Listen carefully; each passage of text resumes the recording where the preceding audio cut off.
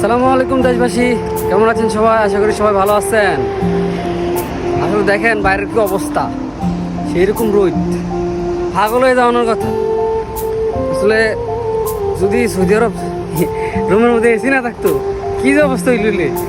আমাদের বাংলাদেশে তো মনে করেন যে এমনও ঘর বাড়ি আছে, এসি থাক দূরের কথা, ফ্যানও লাগায় না, এমনও ঘর বাড়ি আছে। ওইখানে মনে করেন যে এই আপনার এত সুন্দর বাতাস মানে শুইলেই ঘুমোতে জায়গা, এমনও ঘর বাড়ি আছে। পজিটিভ পারে আছে, নদীর ধারে আছে, তারপরে মনে করেন যে অনেক সেই গাঙ্গের পাশেও আছে, অনেক ক্ষেতের মাঝখানেও আছে। এই বাড়িগুলোর মধ্যে মনে করেন যে আপনি গিয়া কারেন্টের ব্যবস্থা পাইতেন না, কিন্তু শুইলে মনে করেন যে বাতাসের জন্য আপনার শান্তিতে ঘুমায় পড়বো। আসলে মনে করি যে দেশে মনে করেন যে মাটি কেটে খাওয়ানো পালা, এই বিদেশে খাওয়ানোর থেকে। যেই গরমের তাপমাত্রা, এই গরমে কি কাম করুন যায় ভাই? আরে মনে করেন যে আপনি লং টাইম বিদেশ করবেন, অনেক মানুষের কাছে শুনছি যে বেশি লং টাইম বিদেশ করলে নাকি দেশে গিয়ে মানুষ টিকে না।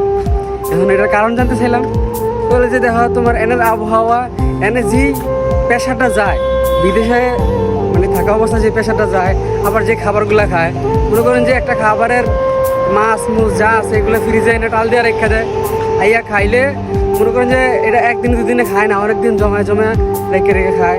এগুলো থেকে মনে করেন যে ভিতরটা একদম ইয়ে হয়ে যায়, শেষ হয়ে যায়। তো আমি মনে করি যেটা যে 5-6 বছর বিদেশ করে আবার দেশে জনগা পালা, লং টাইম বিদেশ করলে এটা শরীরের জন্য ক্ষতি, এর মধ্যে ফ্যামিলির জন্য ক্ষতি, কারণ ফ্যামিলি ফালাই আসছে। এর মধ্যে ভাই পরিস্থিতির শিকার হয়ে আমরা থাকতে হয়। এই আর কি, দেশে যাই কী করবো। তো ভালো থাকবেন সবাই, কিছু মনের কথা শেয়ার করলাম।